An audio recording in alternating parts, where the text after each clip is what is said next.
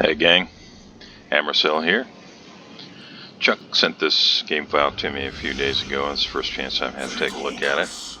He and Joe, who you see there as Joe 918145,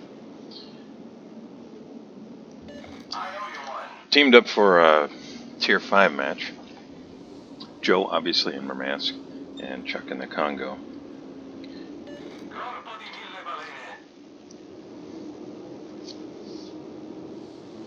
Now,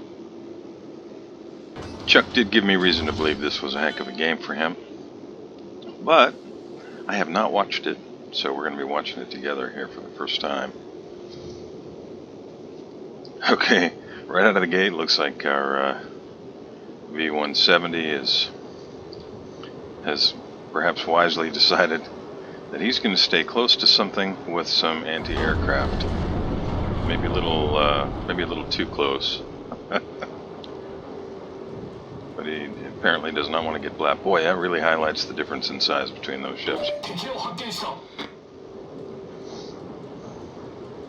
Okay, so Joe and Chuck and what was it, Aaron Paul there in the V-170 have all decided to go contest C. We've got an ARP Kirishima and a Gangat, and presumably a destroyer that's already there in the cab. Now that Kirishima, which is a Kongo clone, sailing pretty much flat broadside to Chuck here. And Chuck really makes him pay. Nice shot, Chuck. And Joe got lucky, because he was sailing broadside in a Murmansk, which is really hazardous. And it looks like Joe is going to give Chuck a kiss here. But that may have actually been a smart move. It stops his forward progress, which is a little scary, but he's got the V-170 behind him smoking. And anybody that shot at him while he was at full speed, well, as soon as he stopped, all those shells were falling short, or falling way over him. So, all right, so we saw Joe get beat up, which is really not at all unusual. I've got the Murmansk. I know exactly what that's like. All right, we got another volley from Chuck here. I'm surprised the V-170 opened up, but he's apparently firing at the Clemson. So hopefully Joe is also firing on the Clemson at this point. Well, whether Joe was or not, Captain of the Orion got him. Chuck has put himself into a corner here. Doesn't have much choice but to turn in. A little surprised to see the Monte Cuccoli using AP at that range when SAP probably could do a little bit more for him against a battleship. So, the Clemson that was contesting C has been sunk. We've got two Orions over here now to help out. We're 3 minutes and 45 seconds in. Chuck has racked up one Citadel and about 20,000 damage.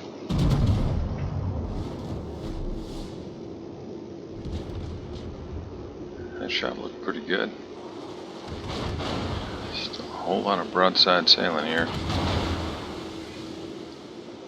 So one thing that you can do, and you'll see that Chuck is doing it now, is you can angle your ship. Two reasons to do it the way that he's doing it. One, it brings those rear guns around a little faster. I mean, they don't turn any faster, but when you just swing the ass end of the ship around like that, you get to fire them sooner. It also narrows your profile to the enemy, so you're not just sailing flat broadside to them. Because what Chuck did to the Kirishima, others can do to him if he's sailing broadside like that. Now there's a Kaiser pushing in. You can see on the mini-map there at Echo 8. And that's probably what needs to be focused. And then, now Kaiser's tough to Citadel, but with AP rounds you can still get full pens and do a lot of damage. I think it's probably time to consider angling and pushing in a little bit. Fired a little high there, but it might be enough given how low his hit points are. Yeah, there we go. Alright, nice shot. That's kill number 1. If you hear me sipping on something, it's coffee.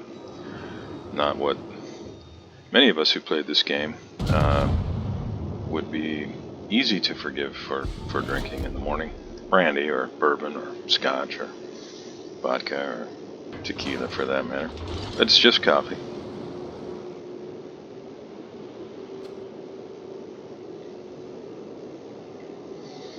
Okay, so we've got Ochotnik, Kirishima, Montecuccoli, Gangit, somewhere out there Yubari.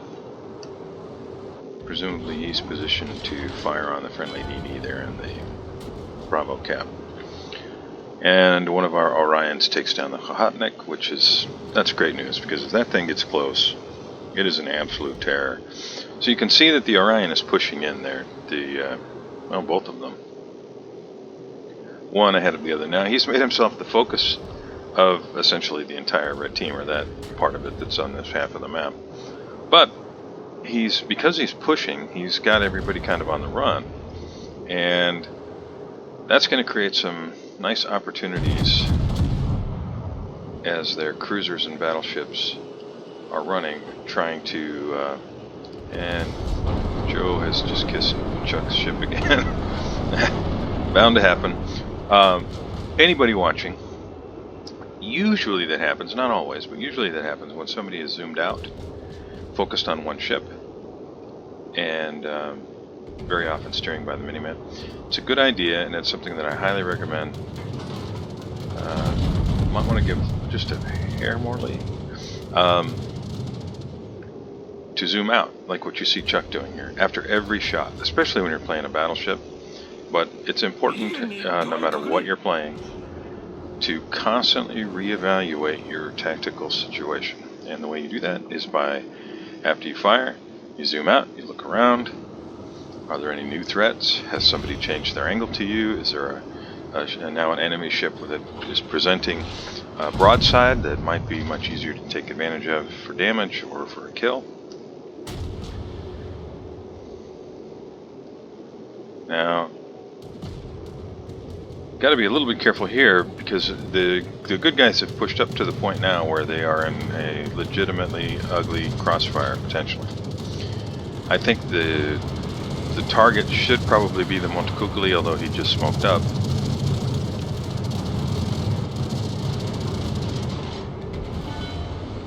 And while at the same time angling against the shells of the battleships.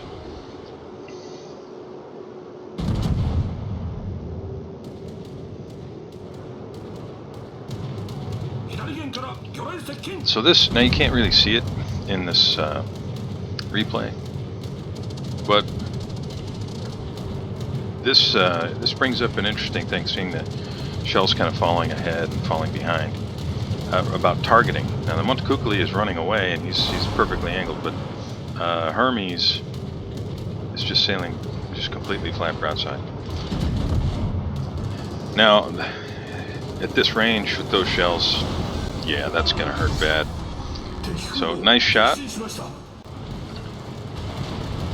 Getting back to the aiming, what I was talking about, if you have not already done so and you're not familiar with it, oh boy, that was a great shot. There are a couple of really good videos on aiming. You can see, well, you can see a little bit of information there. You can see, first thing is just off to the left of the reticule, you'll see something that says right now 0.28034 093 seconds.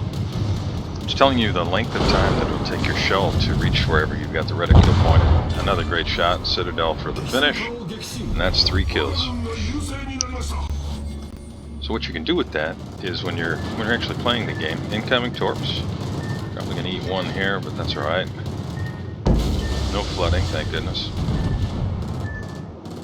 So you can use that indicator of how many seconds it'll take your shells. That's your flight time of your shells. And then when you're playing the game, you've got on your just to the right and left of your reticle, you've got these numbered lines, right? Well, that is to give you some idea of how long or how to aim your ship based on how many seconds it'll take for your shells to arrive. So if it's 11.59, well, let's see where it is here. Okay, so we'll see here in a second. Okay, so that's roughly 6 seconds. So you would move to the right of the ship till the number 6 was about where you want the shells to land, and that's all based on a ship that's moving at about speed 30, so you can make adjustments accordingly. And if that doesn't make sense to you and you have questions about that, or you haven't really ever been told that, feel free to hit me up in game anytime. I'm happy to kind of demonstrate that to you, and if nothing else, we can go into a training room and I'll just pick something with lots of hit points and I'll just sail around and allow you to shoot at me, and you can play with it and kind of get a feel for how that works. Great shot. That poor Langley, he's gone.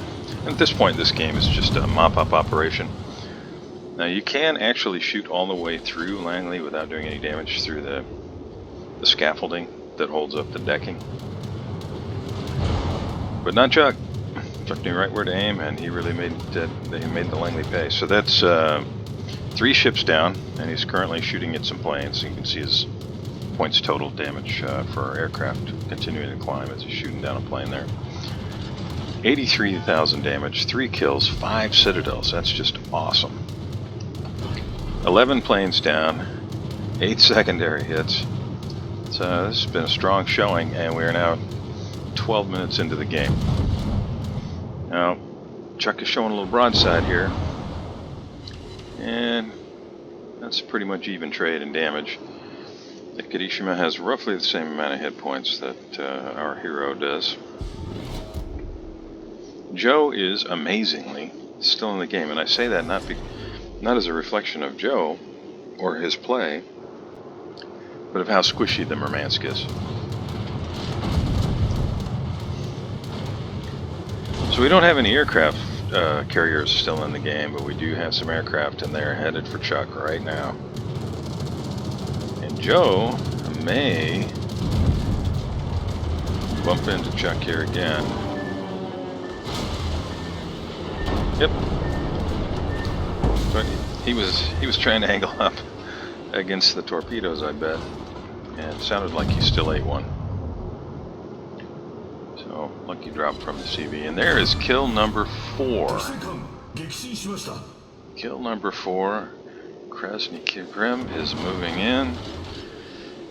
Either Chuck or the Orion will likely get the last shot. So this is almost over, just given the fact that the red team only has 1 ship, and we've got an Orion and a Kongo pushing in on them. Great game, Chuck. Thanks a lot for sending me the file. Really fun to watch.